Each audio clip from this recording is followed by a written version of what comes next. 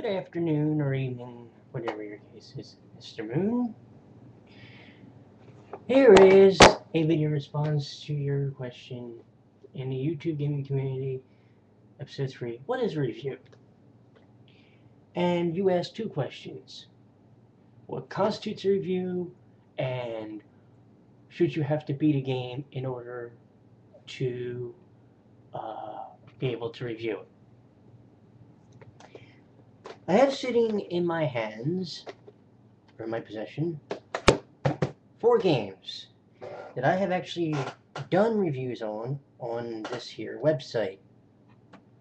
And those games are Dragon Quest IV Chapters of the Chosen, Dragon Quest V Hand of the Heavenly Bride, NHL 10, and Split Second. Now, of these 4 games, how many of them have I actually completed? Actually, this one. That's it. However, I had put enough hours into, say, Dragon Quest V, or even this game, Split Second, to be able to give a fair and unbiased opinion on the matter. Now, the argument can also be made, well, shouldn't a person have to show gameplay? Do you really have to? I don't think so. Here's why, though. Are you giving an opinion of the game? Sure. Should you have to? Only if... Well, here, let's do it this way. In the print media, if you think about it, they give a text-based opinion, so in not every case you're going to be able to... You can't really see what it is that they're griping about, so you'll sit there and you'll play the game and you'll go, uh-huh. And why is this a problem? But then you'll also find that,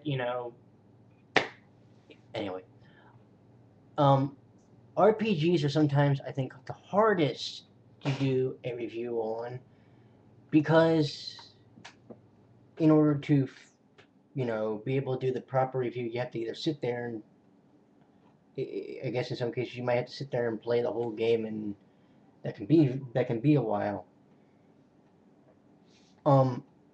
But it's also like asking in some cases, what constitutes a let's play?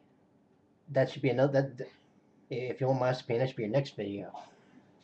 Because it's almost like saying, okay, I'm watching a let's play, and this person goes step by step on what you should do in a certain level of a game.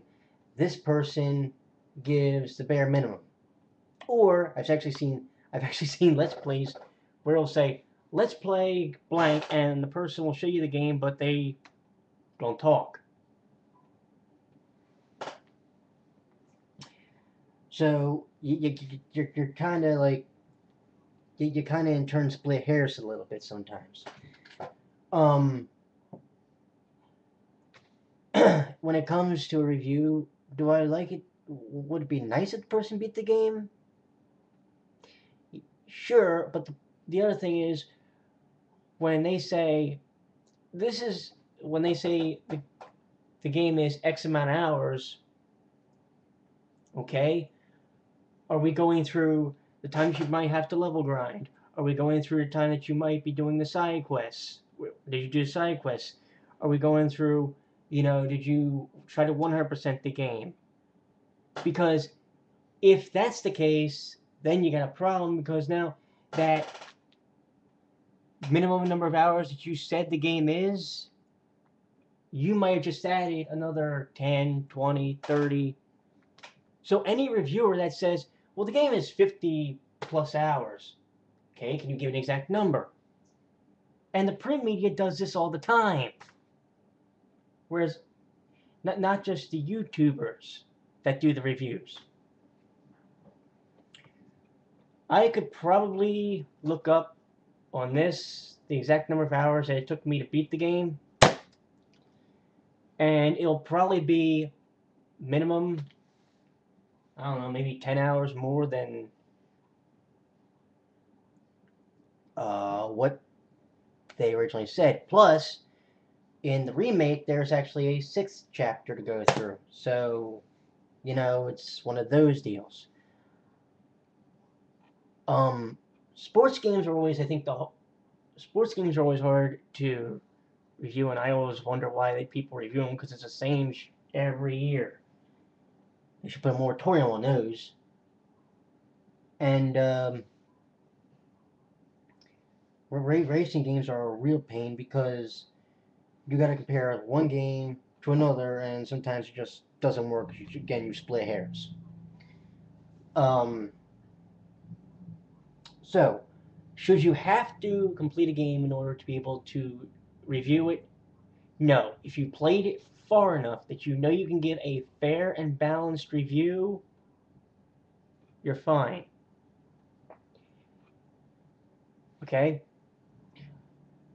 And what constitutes a review? Being able to tell me exactly what the game's about, who's in it, and the main storyline. And maybe a side quest or two. If there are any side quests, if it's an RPG or whatever have you.